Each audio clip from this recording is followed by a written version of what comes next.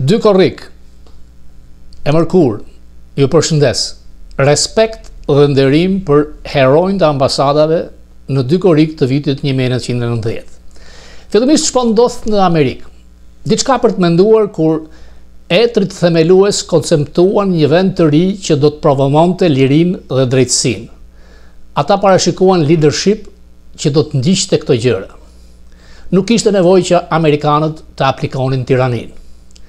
Por Jefferson, Madison, Franklin dhe djemt e kuptuan gjithashtu natyrën njerëzore dhe sa e tmerrshme mund të bëhet ajo. Kështu që ata ndërtuan kontroll mbi presidentin dhe anëtarët e Kongresit. Ajo që themeluesit nuk e parashikuan ishte potenciali i fuqisë blerëse të dollarit. Ja ku jemi sot.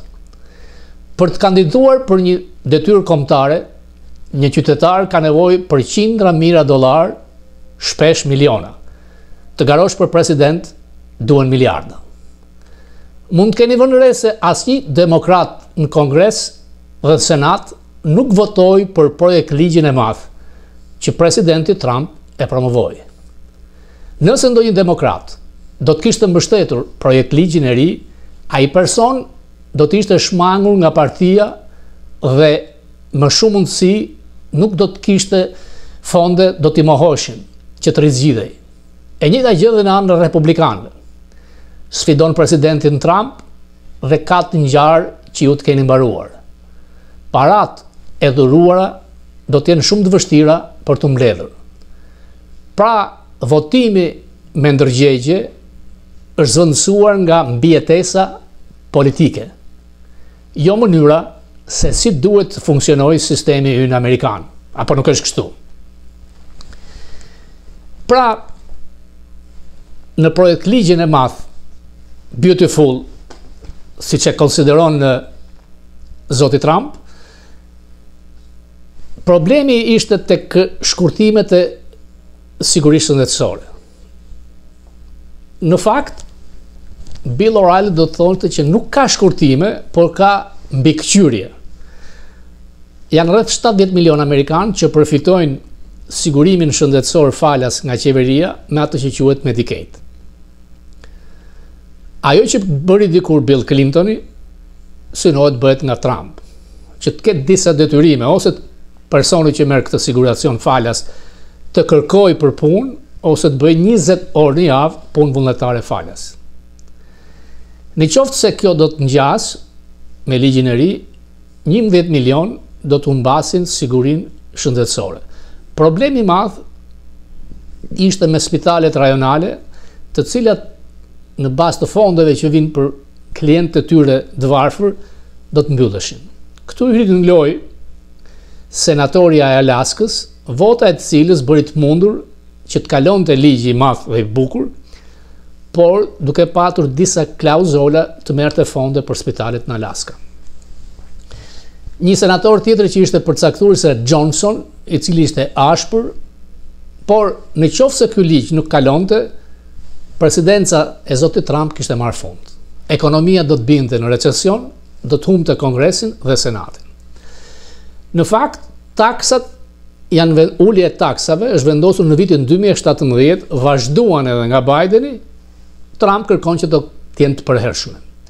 Nëse shikon të ardhurat e personave, ata që bëjnë deri në $17,000 në vit, do të kenë një humbje $400, nga $17,000 deri në $51,000 në vit, kanë dhe ata një humbje rreth $700, ata që bëjnë më shumë do të përfitojnë. Dhe natyrisht, kush klasa të pasurve, të cilët faktikisht janë ata që paguajnë taksa më shumë se e gjithë pjesa amerikanëve, do kenë përfitime. Ideja është që këto para, këto dollar të investohen për të krijuar vende pune. Por ligji i ri për 10 vjet do të krijojë një shtesë në uhan kombëtare $3.5 trilion, ndërkohë që shkurtimet tek Medicaid janë rreth $1 trilion. Tani problemi është ky.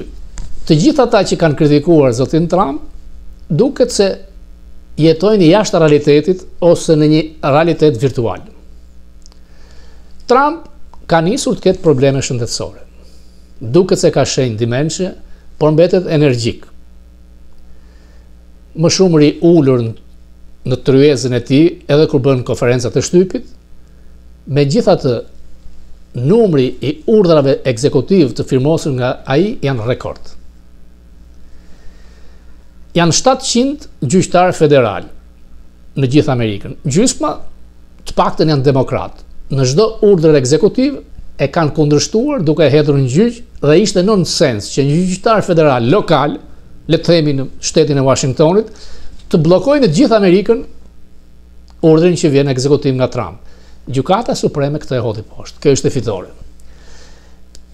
Ata që e sulmojnë më shumë, çuditërisht është Fox News, tek faqet digjitale që nuk para lexon kush, Wall Street Journal, që është pronë e Murdochut, pronarit Foxit, të cilët kanë thënë që me tarifat që po vendos zoti Trump, do të kemi recesion, krizë të madhe, papunësi. Nuk ka ndodhur. Aksionet e Wall Streetit u tronditën, por sot janë më mirë se kur. Papunësia nuk është në shifra të mëdha, vazhdon njësoj si në kohën e Bidenit. Ekonomia po krijon punë, nuk pati inflacion. Wall Streeti jashtë realitetit. Në rastin me bombardimin spektakolar të amerikanëve në Iran, të gjithë thanë, krau djath, ndaj dhe Trump tha që maga e urren Fox Newsin sepse janë kundër meje, do të vi lufta tretë botërore. Nuk ngjau. Tucker Carlson dhe të tjerë ekstremistë thanë që do të ketë 30.000 të vrarë amerikanë. Nuk pati. Ndërkohë që profesor që njohin situacionin bërthamor të prodhimit uranium, thotë që dëmi ka qenë shumë i madh ndaj bunkerëve nën toksor. Edhe këtu kritikët ishin jashtë realitetit. Kufiri Ugor, në kohën e Bidenit hynin 10.000 të palinqëm në ditë. Trump ka deportuar mbi 1.500 vetë në ditë, janë deportuar rreth 400.000 vetë. Nuk kishte nevojë për ligj special, siç thoshte Biden për reformat e migracionit. Por ka ndodhur diçka tjetër që media e majt, por dhe media e djathtë Fox News nuk e thot.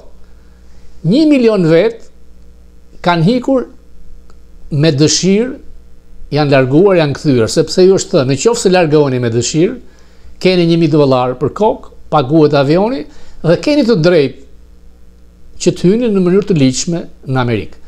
Nëse ju deportojmë, ne 10 vjet nuk ketë drejtë të hysh në Amerikë. Pra janë larguar vetë 1 milion vetë.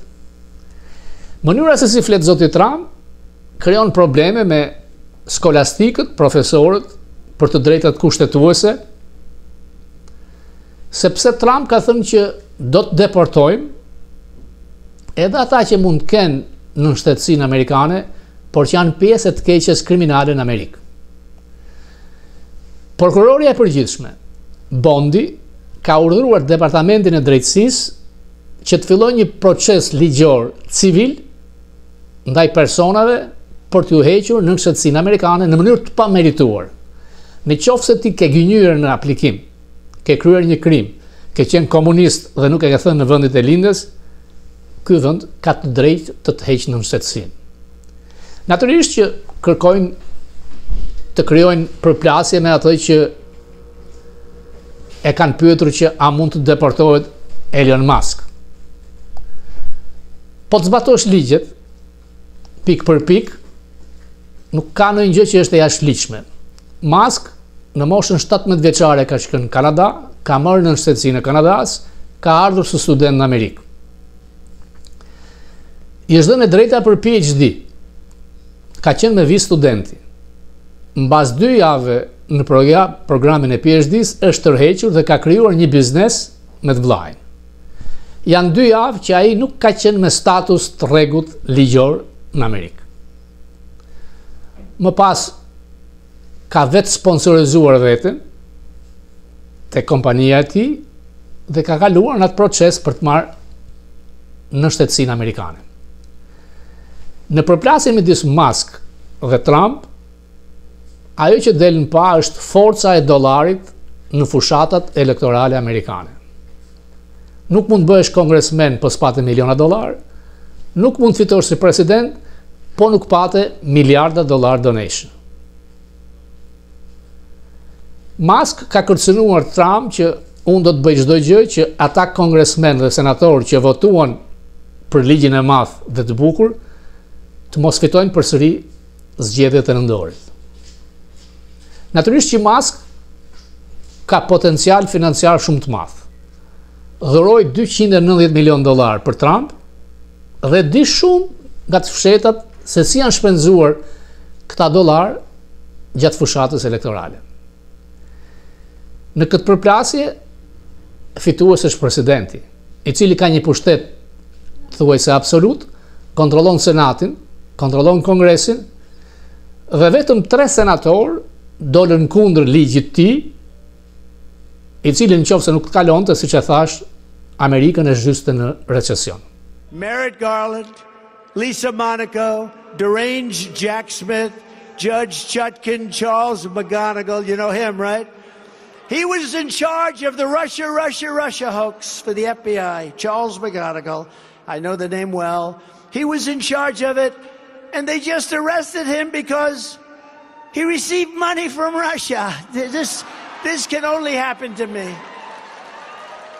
He's in charge of Russia. We're going to find it. We're going to get that Trump, that son of a bitch. We're going to get him. And they just got him for getting money from Russia. This is too much.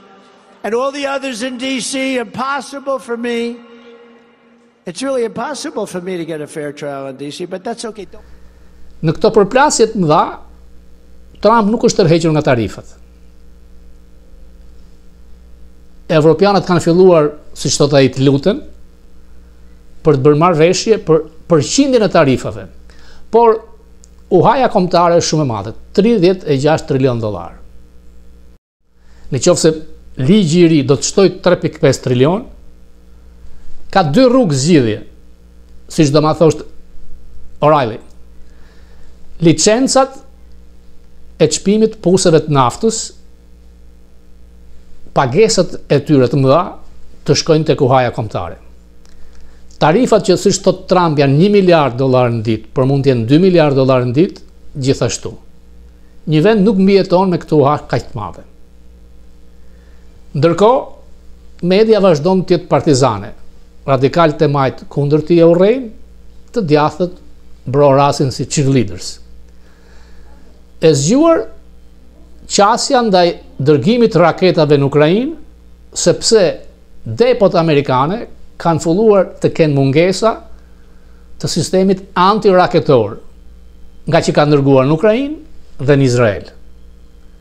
A mos janë shenja këto që Trump po tërhiqet nga ideja e paqes me Putin, të diktatorit rus i lihet hapësirë të marrë më shumë se çka marrë deri tani në Ukrainë? Ku e le kjo Ballkanin? Ku e le kjo qëndrimin me Shqipërinë? Rama ka qenë në takimin e Shkupit dhe unë jam që kudo që vendi im përfaqësohet nga kryeministri, ne të jemi mbështetës. Por Ballkani perëndimor, në qoftë se nuk është nën drejtimin amerikan, nën leadershipin amerikan, ne na kthen humbës. Sidomos po të lihet në dorë të Francës ose Gjermanisë, që nuk është ajo Gjermani që ka qenë gjithmonë pro nesh.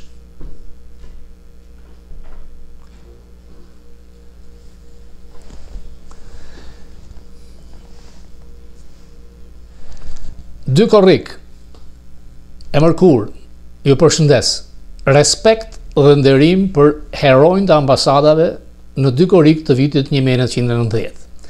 Fillimisht çfarë ndodh në Amerikë? I don't know what's going to happen. I really don't. But it's all going to work out. We're going to come out so good. I'm more popular than I ever was. Because I kthejmë dhe njëherë dy korrikut. Për mua, të gjitha ata që kanë hyrë në ambasada ishin heronj. Vranë frikën, ishte koha kur ende vriteshin kufi. Dhe nuk ishte aq e thjesht. Po ju sjell një shembull. emri të madh mikrofonit sportiv Ismet Bellova ju ndalua mikrofoni për të vazhduar të komentonte ndeshje futbolli, sepse një nga dëmt e tij kishte hyrë në ambasadën gjermane. Pra nuk ishte lojë siç thon. Çdo gjë ka nisur tek pishinat, ku diplomatë e huaj kanë nxitur punëtorët e pishinave që kanë qenë të parët, dhe më duhet të përmend të ndjerin Ton Vathi, i cili me një grup nga këta punëtor punonjës tentuan të hyjnë urovatën tek ambasada kineze. Ishin kohë përmbyse, ishin kohë të çuditshme, por me ndryshimet që kishin filluar në Shqipëri, me lojrat e Ramizalis me intelektualët që nuk heci, demonstrata e heshtjes, ambasadat ishin grushti tronditës i diktaturës, dhe ambasadat dhe protestat dhe ngritja në kavaj, për mendimin tim, ishin dy faktorët që sistemi filloi të pranonte se po shkonte të poshtë. Respekt, nderim për heronjt, djemt dhe vajzat e dy korrikut. It's crooked stuff, really. These are crooked people. Merrick Garland, Lisa Monaco, deranged Jack Smith, Judge Chutkan, Charles McGonigal, you know him, right? He was in charge of the Russia hoax for the FBI, Charles McGonigal. I know the name well. He was in charge of it, and they just arrested him because he received money from Russia. This can only happen to me. He's in charge of Russia. We're going to find it. We're going to get that Trump, that son of a bitch. We're going to get him.